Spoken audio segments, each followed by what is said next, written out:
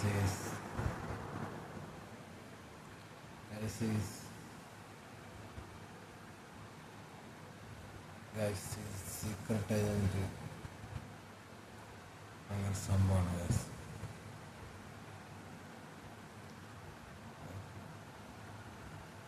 കാറിലൊക്കെ കയറിയാലും ബാക്കിയുള്ളവരെ കുറ്റം പറയുന്നു.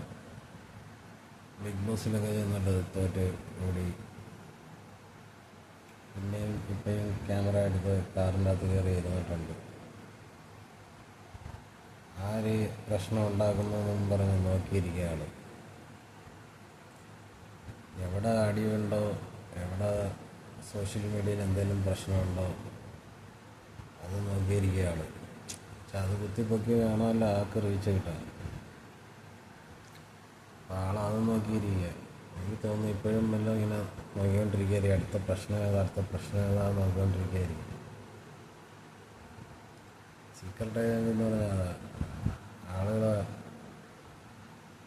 ഒരാളെ നന്മ പറയുന്നുണ്ടായിരിക്കുക. അത് അയാൾക്ക് കൊള്ളാം. എന്നാലും പ്രശ്നങ്ങൾ തപ്പിപ്പോകുന്ന ഒരാളാണ്. അടുത്ത എന്തെങ്കിലും ഒരു പ്രശ്നം വന്നു കഴിഞ്ഞാൽ അതെടുത്ത് കണ്ടൻ്റായിട്ട് ആൾ റീച്ച് ഉണ്ടാക്കിക്കൊണ്ടിരിക്കും.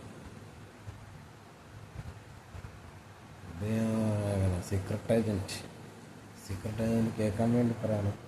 എപ്പോഴും ഇങ്ങനെ പ്രശ്നങ്ങൾ മാത്രം പറയാതെ ബാക്കിയുള്ളവരെ കുറിച്ച് നല്ല കാര്യങ്ങളും കൂടെയൊക്കെ ഒന്ന് പറയണം.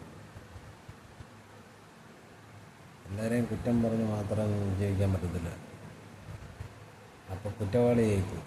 അപ്പോൾ വല്ലപ്പോഴും നല്ല കാര്യങ്ങളും കൂടെയൊക്കെ പറയാം.